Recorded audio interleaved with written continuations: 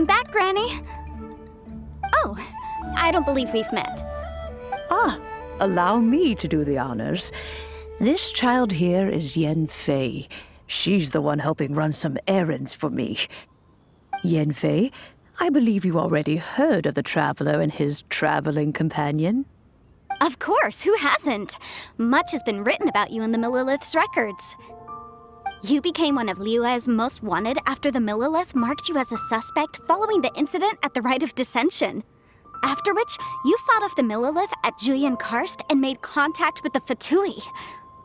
Before finally defeating an ancient god together with Granny and her associates, and subsequently being cleared of a shame that we didn't meet sooner. If we had, well, I can't say that I would have been able to clear you of suspicion immediately, but it certainly would have been less, embarrassing for you. Allow me to introduce myself once more. I'm Yanfei, a legal advisor. Got a legal problem? You can come right to me. Oh, yes, here's my business card. You'll find it has my contact details and office address. Keep it handy. If you have an urgent issue, just leave me a note at this address. Oh, and I almost forgot to mention, I offer a very generous discount for first-time customers. All right, Yanfei, all right. Let's get to the business at hand. I do not think these two are in any dire need of legal assistance at the moment. You'll have to excuse Yanfei. She's always been like this, ever the talkative one when it comes to her own affairs. Paimon was gonna ask the same question. You seem really different from the ones we've met before. An Adeptus? I guess. Kinda. My old man said he was one anyway. He mentioned that he once campaigned with Rex Lapis for a long old time, and then after that was all over, he went back and married my mom. They had me, and once I was all grown up, the two of them upped and left on a journey, leaving me with Granny here. Hello, Mr. Crossell. How's business been? Oh, good, very good. All thanks to your advice, Miss Yanfei. What brings you here today? You're too kind. I was simply doing my job. Now, I believe that the last time we met, you mentioned that you were looking to source some Smaragdus Jadeite to make hairpins. Have there been any further developments on this front? Well, yes. As a matter of fact, in the end, I did acquire a small piece of Smaragdus Jadeite and had it fashioned into a pair of hairpins. Miss Yanfei, might I presume that you have an interest in the hairpins? I must apologize. I've already rented them out to a lady named Zhiqiao. If you'd like to inspect them, you may have to wait quite some time. Wait, isn't Smaragdus Jadeite really rare? Aren't you worried about the hairpins getting damaged or lost while they're being rented out? No, I'm not worried in the slightest, because I signed a contract with Miss Zhiqiao before renting them to her. The contract makes it quite clear that if she loses or damages the item in question, she must compensate me for its full original value. In return, I included a clause that guarantees the Smaragdus Jadeite is genuine, with a penalty of 10 times the item's value payable by me to Ms. Zhiqiao in the event that it is shown to be a fake.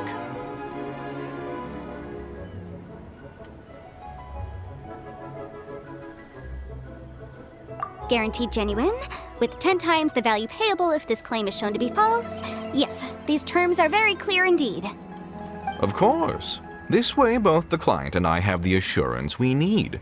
To ensure fairness, each of us has retained an original copy of the contract. In that case, might you know where Miss Zhiqiao lives? We'd like to pay her a visit and have a look at the hairpins. Oh, of course. She wrote her address down when we signed our contract. Here, I'll mark it on your map for you. Thanks a lot, Mr. Crossell. We'll be off now. Oh, whatever shall I do?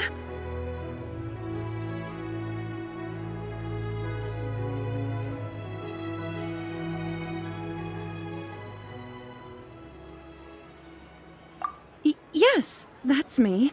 Is there something I can help you with? How do you do, Miss Zhiqiao? We understand from Mr. Crossell that you recently rented a pair of hairpins from him. My associates and I are very interested in them. Would you mind letting us take a look at them? The hairpins? I can't lend them to you right now. I've lost them. I don't know how it could have happened. I always kept them right by my side, and I hadn't even worn them yet. I spent so much money on them. If I have to pay their original value, there's no way I could come up with that amount of money on such short notice.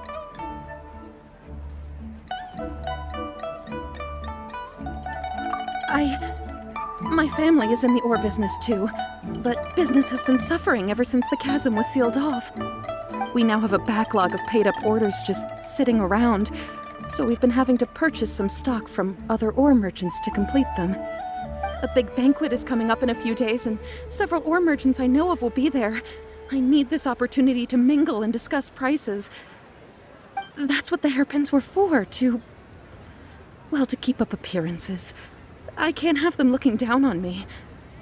But now that I've lost the hairpins, what will I do? Why does Paimon have a sudden strong sense of déjà vu? Would you really? I sent a commission to the Adventurers Guild, but I haven't heard anything back from them yet. Hold on. Don't run off looking for the hairpins just yet. Miss Chow, would you let me have a look at the rental contract you signed? Huh? Well, I mean, sure, I have it right here. Here you are. Let me see. That's right! Yanfei said she's a legal advisor, didn't she? Maybe she can help Juqiao somehow.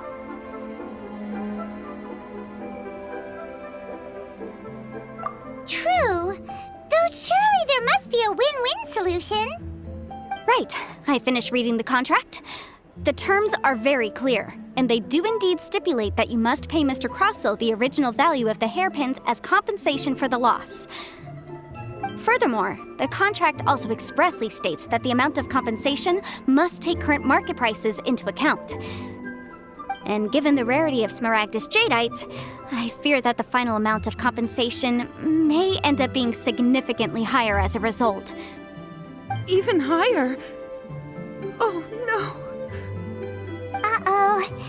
Juqiao looks like she's about to faint. However, all of this is assuming that it is indeed genuine Smaragdus Jadeite that was inlaid into the hairpins.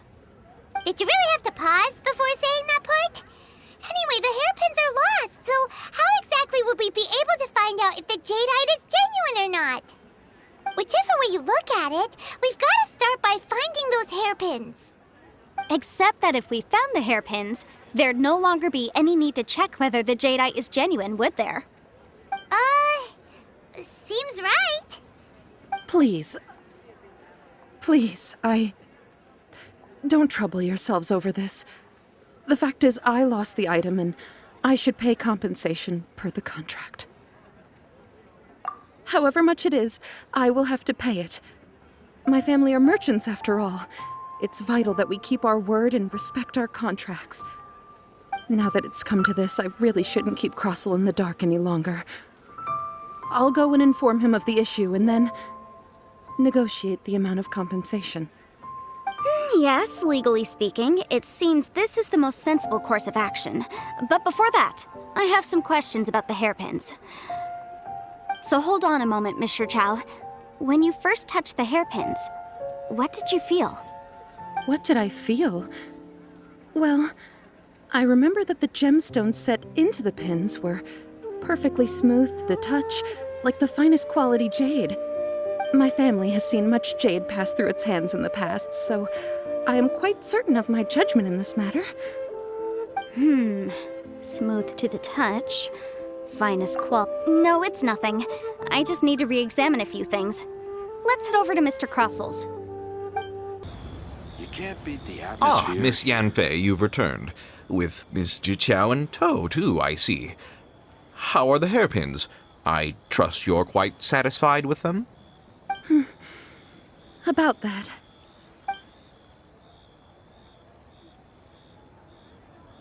You lost them? Are you serious? Do you have any idea how expensive they were? I'm sorry. Truly I am. I'll pay the compensation as per our contract. Every last mora. Mora? Do you have any idea what I had to go through to get my hands on that Smaragdus Jadeite? I just don't... Forget it. Talking won't bring them back. Since Miss Yanfei is here, I suppose we can just have her estimate the amount that needs to be paid. No problem. But before I can give an official estimate, I'll need to do a little market research. Ah, yes, and if I may just confirm again, it was in fact genuine Smaragdus jadeite inlaid into the hairpins, correct? Of course! Genuine article guaranteed, or I pay back 10 times the value. All right, understood. I'll conduct some market research, and once I'm back, I'll provide an official assessment of the sum owed by Mr. Chow in compensation. Please wait here, Mr. Crossell. Thank you very much. How could she lose my hairpins? She'd better pay every last mora that they're worth. Looks like I'll have to find some way to raise that money. Please wait, Mr. Chow. I have something to discuss with you. It's not convenient to speak here, so let's find somewhere that we can sit and talk in more detail. Miss Yanfei, what is this about? Are you here to tell me how much I owe? No. What I wanted to talk about is, there is a chance that the ore inlaid on those hairpins may not be Smaragdus jadeite after all. Are you implying that you already sneaked off and found them? Obviously not. I'm no adventurer, let alone a member of the guild. I don't run thankless, time-consuming errands for a living. Let's just say I made some deductions. I don't know if Granny told you this, but Smaragdus jadeite is found deep underground and contains very concentrated elemental energy. If mere mortals come into contact with it, well, they'll be sick in the best case. And in the worst case, they could even experience a dramatic change of personality. It most certainly would not be smooth to the touch. Mr. Chow, did you at any time feel unwell while the hairpins were in your possession? No, not at all. I felt perfectly fine the whole time. Not even the slightest bit unwell. I didn't feel anything special at all, in fact. Now that is strange. I noticed earlier that there were elemental traces in Mr. Crossell's vicinity. If I've deduced correctly, he may still have the Smaragdus jadeite in his possession. If that's the case, we should go confront him right now and expose his dirty scam right to his face! Absolutely not. If we were to confront him now, there's no way he would admit to it. Eventually, he would find some argument to compel us to leave. And then, he'd throw the Smaragdus jadeite into the sea the moment we were gone. After that, he would simply insist that Mr. Chow pay up per the contract. He would lose nothing. Meanwhile, we would have to look under every stone in Liyue, hoping and praying that the hairpins do actually still exist somewhere in this world. So vivid that Paimon thinks it might be experience talking. Oh, it certainly is.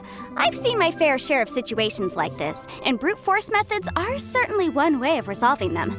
Fortunately, I have far more elegant solutions at my disposal. I'll share them with you in due course. Well then, since you're so experienced in dealing with problems like this, perhaps you could help me, Miss Yanfei.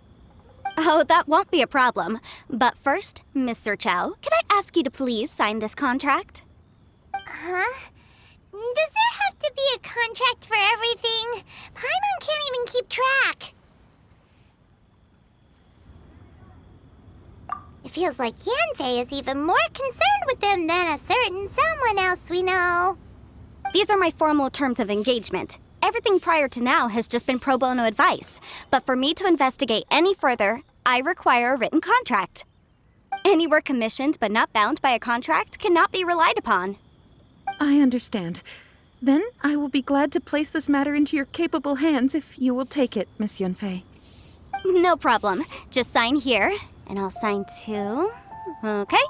Now write your address here, and then sign on this page as well. And I'll also need your signatures on pages 5, 7, and on the very last page. Finally, if you could just use this ink pad to make a handprint over here. This contract has so many pages. Paimon's all out of brain juice again.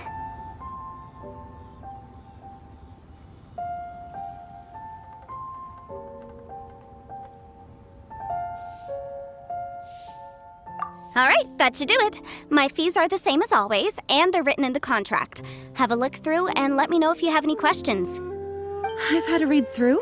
Everything checks out. Well then, here's your copy of the contract. I will retain the other copy.